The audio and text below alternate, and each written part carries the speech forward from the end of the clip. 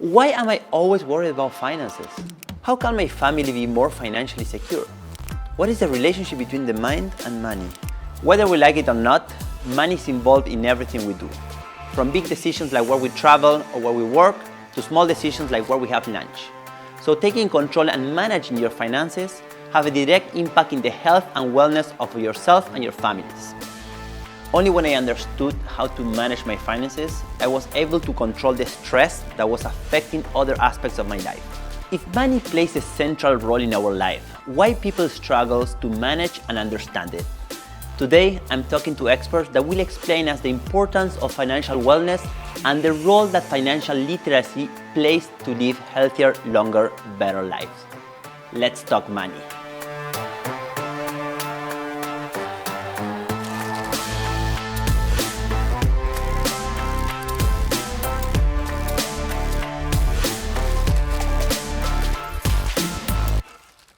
Joining me today, there are two established experts in the field of financial management and wellness. In Hong Kong, I have Lachlan Campbell, founder and CEO of Mad Success, a business helping create meaningful change and life success. In Singapore, we got Anna Hautanto, founder and CEO of The New Savvy, a platform that helps women achieve financial wellness. Okay, so let's start with the basics. Financial wellness, such a general term. Everyone is talking about financial wellness, right? But Lachlan, can you help us understand what does it mean and also why it's so important? Yeah, it's a great question. So sometimes wellness and well-being are misinterpreted or considered to be the same thing, and they're not really. My understanding certainly is that well-being is more a holistic term. It's about your overall health in your life. So there's 5 main areas. It's, mental, physical, financial, emotional, and spiritual. And financial, what we're talking about today fits in there as part of this well-being. But wellness is more about day-to-day, and it's about day-to-day action. And how are you, if you're financially well, what does that mean?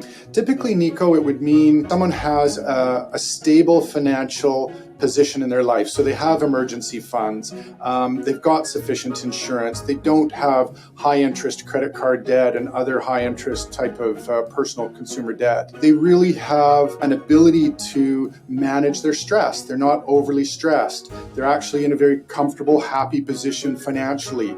And they're living below their means, to be financially literate, to be financially well, to be financially stable is to really make sure that you aren't spending more than your means. Because if you are, then you're going into debt. You're going to have to borrow more money to finance what it is you're trying to get in your life that you're spending more on. And then the last thing is you'll have a financial plan, and you're saving and planning and investing and prepared for your financial future. And to me, that's really what financial wellness is overall. Lachlan, you just mentioned financial literacy. That's basically taking the financial knowledge that you have and apply it to your personal finances in order to be financially capable, correct? Yes, that's right. And what do you think about financial literacy in Asia? So there's several trends in Asia, Nico, and I just wanted to kind of touch on that a little bit with you. The first is that people are struggling to keep up with their bills, and that's tied directly to the high levels of inflation we're seeing globally. It's also money management is a problem. Asia is known holistically for being great at saving. There's very high levels of saving out here, but money management, actually budgeting and planning for short, medium, and long-term goals is a problem. I personally believe that it's very important for both of my daughters to have the tools to be financially savvy and financially independent when they grow older. Studies have shown there is a gender gap in financial literacy that increases the gap in financial wellness. Anna, we know you deal with this on a daily basis at New Savvy, so can you tell us why is this such a challenge for women in particular? I think so far the financial industry have always fashioned products in a way that women don't relate to and cannot connect with. And I think most importantly, what most people don't realize is that men and women look at finances very, very differently. For example, when we ask men in our conferences, what are your personal finance goals? Their answers are always, I want to make 20% returns, right? Whereas when we ask women, most women will say that I want to learn more, to be better, to do more, and most importantly, to provide for my loved ones. So I think when you look at that lens, most women and men look for different things when it comes to personal financial management.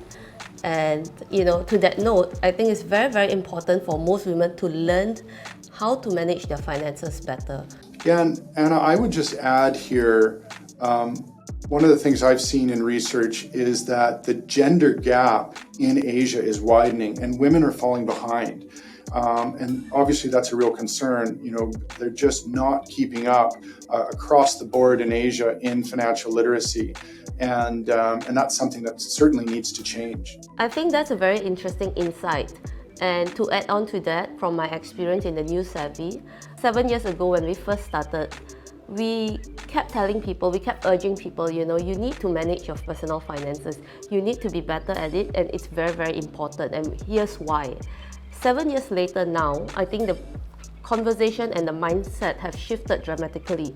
People are now asking, I know that I need to, but how, right? And I think with the recent market developments and the worry about an impending recession, more and more people are actually saying, I'm a bit jittery now, what can I do about it? Lachlan, you mentioned inflation, and I really see that as one of the main issues, not only here, but worldwide. Specifically here, I can see the community getting their purchasing power really affected by it. Yeah, Nico, thank you for sharing. These experiences that you're talking about they're quite typical. I see them in my coaching a lot. And so much of it is around mindset. And in particular, we look at something called scarcity mindset.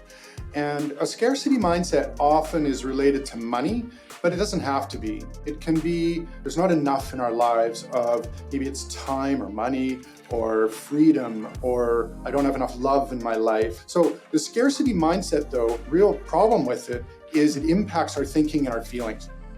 And it really is this unfulfilled need-based thinking. And ultimately, when we're so concerned about not having enough, we focus on the immediate gratification, the immediate benefits that we want in our life, and we neglect the future goals. We neglect what we should be doing in the future. For example, with regards to financial wellness, we know we should be saving a little bit of money every month so that over a 30, 40-year career, we'll have this pot of money at the end of our working life that will provide for our future. Actually, Lachlan, you are correct. Financial planning is super important for the different milestones in life. When I landed my first job, I always had this issue that I had no money towards the end of the month, and I couldn't understand why. It wasn't until I sat down and I checked my expenses and I realized that 70% of my money was spent during the weekends. So at that moment, I realized I needed to change my consumption habits and my priorities. And it's important to have them very clear, like marriage, having kids, graduating. With Solen right now, our main milestone is to save for the girls' education. But we're also focusing on them having that financial education so they are really set up for success in the future.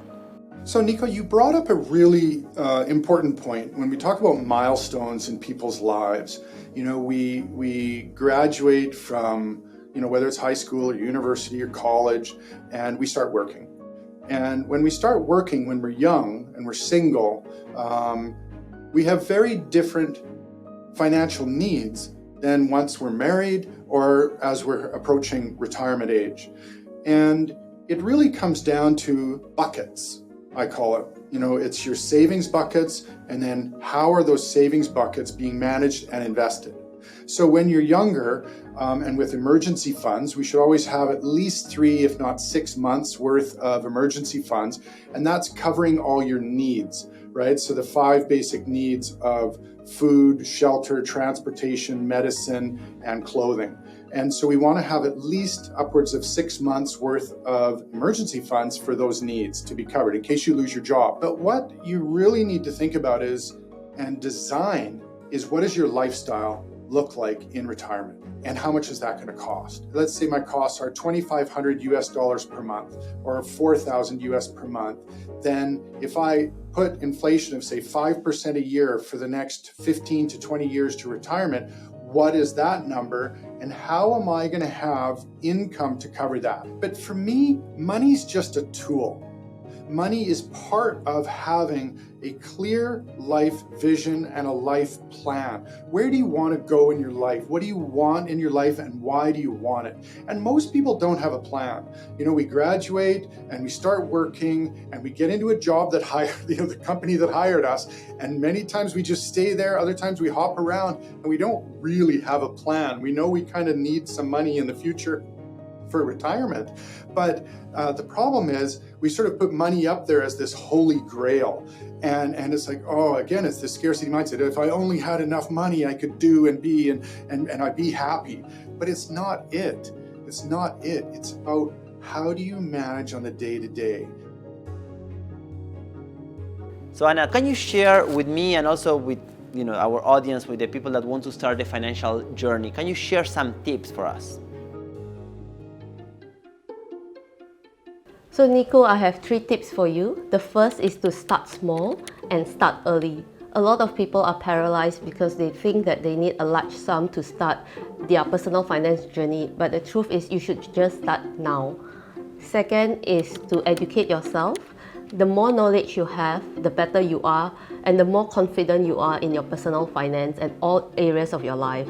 And third, to get a group of people to actually guide and educate you in the journey so that all of you are better at your finances together.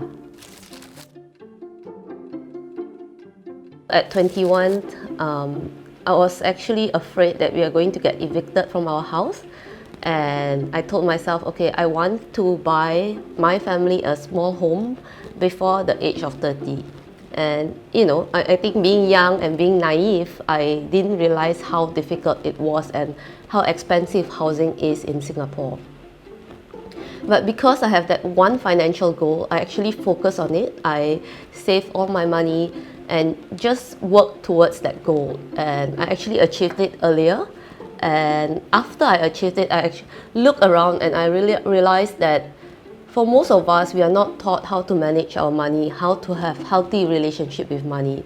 And that's why I started the New Savvy. I wanted to help empower others to be more confident in their finances. We actually tell people that, to manage your personal finances better, there are actually 6 steps to it. It's not just buying, a random stock to make you money, but what we do is we systematically look at it in 6 steps. The 6 steps for personal financial management is first to manage your budget, second, risk management, third, investment planning, fourth is retirement planning, and the last 2 is tax and estate planning. What most people need to get right is the first 3 steps. So managing your budget, you have to follow through to that. Second is risk management. You need to protect your downside, making sure that you're insured against any unfortunate circumstances. In Singapore, hospital bills are really, really expensive. So I always tell people that it is very, very critical that you manage the part. And after that, we can look at how we can grow your wealth according to your objectives. The most important thing to remember here is that being empowered in your personal finances is actually giving yourself a choice. It's not a choice to be rich or to be reckless, but to actually have a choice to live the kind of life you want, to be comfortable, to know that you are taking care of yourself for the future. How refreshing was to hear from these 2 change makers sharing their past to help other people's future. This is a topic we should keep discussing and we should keep talking about it. Thank you so much and see you around.